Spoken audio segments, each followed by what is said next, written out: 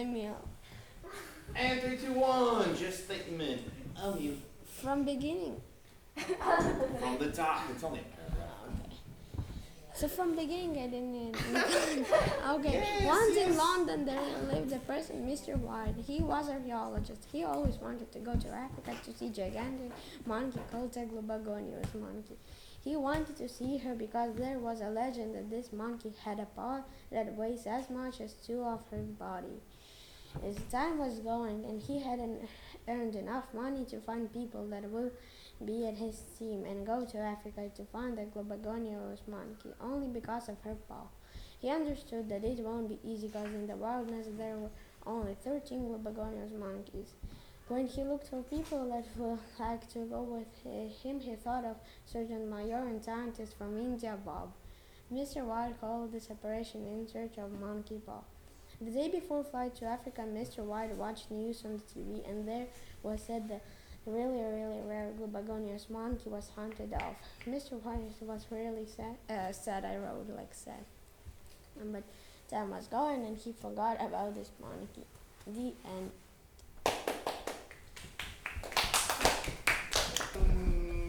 Thank you, Nikita. One day in London, Mr. White was watching TV, but then he saw light from his windows. It was a spirit of Buddha. He said that in India there was a magic monkey that has a paw. He also said that this monkey's paw can turn you into almighty emperor of the world. But the Buddha warned him that the magic monkeys are not allowed in the airport. Wait, where is it? Airport. And super policeman Sergeant Mayor will find you and make you clean normal monkey poops in the zoo till you die. That's why Mr. White was really feared, but because of his wish to be almighty emperor of the world, made him decide to risk his life by flying to India and finding the monkey's magic paw. He bought tickets and flew off to India. The flight was really long, and Mr. White decided to sleep. While he was sleeping, the Sergeant Mayor in his laboratory was checking everyone's goal in India by reading everyone's mind. And suddenly he saw Mr. White on his detectors, and in 1 hour he was in airport waiting for his airplane to capture that monkeys first. But Mr. White was already in India. He suddenly got a call from Indian sweets factory. The workers told that they heard about searching for a magic monkey. They have also told that they found it. They will sell it for $1 million. And right in the second, the spirit of Buddha appeared and given Mr. White $1 million to buy that monkey.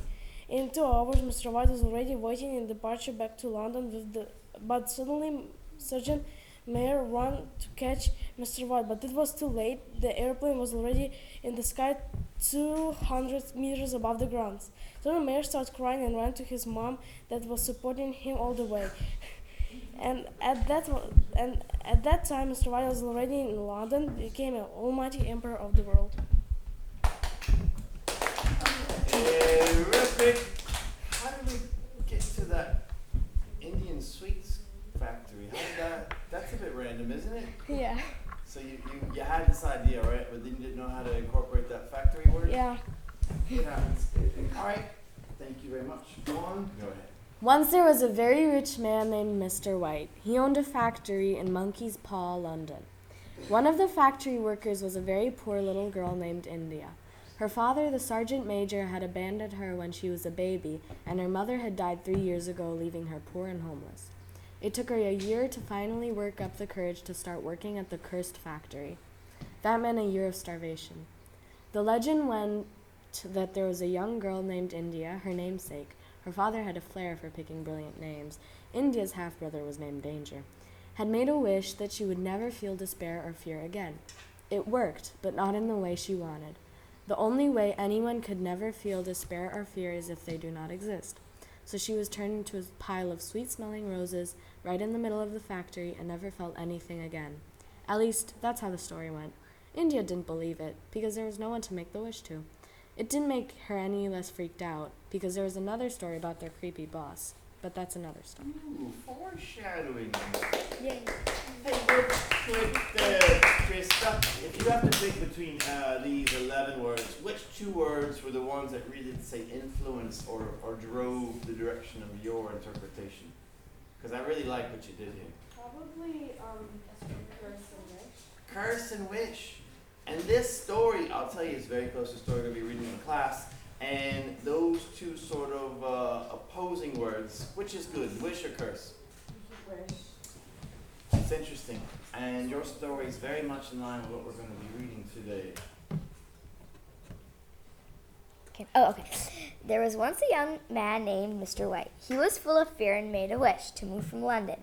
But he didn't correctly make the wish, so instead it turned into a curse. His wish was move from London. He did, but to India. He was desperate to find a job in India. It has been already 1.5 days without water. He was barely walking when he saw what he was looking for. Attention, job needed. To call 903 490-838-389-207-890. Without thinking, Mr. White took his phone and dialed the number. For the first minute, nobody answered. Mr. White was about to decline the call, but then somebody answered. It was a rough old voice. The voice said, "Come in half an hour to Monkey's Paw Village." But it was too late. The person hung up, and Mr. White had no choice but to ask to come to the Monkey Paw Village. He took a bus stop and was there in 15 minutes. He saw why the man hadn't told the street address. This whole place was an enormous factory. Out of the door came out a man, probably the one that was talking on the phone. He introduced himself as Sergeant Major. The work was simple but exhausting. In his first 2 hours, he was sweating like crazy. At night, when he finally finished his shift, he saw a shooting star. He made a wish to come back to London, even if he had to live in despair. The next day, Sergeant Major fired him, and Mr. White was delighted. He came back to London and lived for his whole life in despair.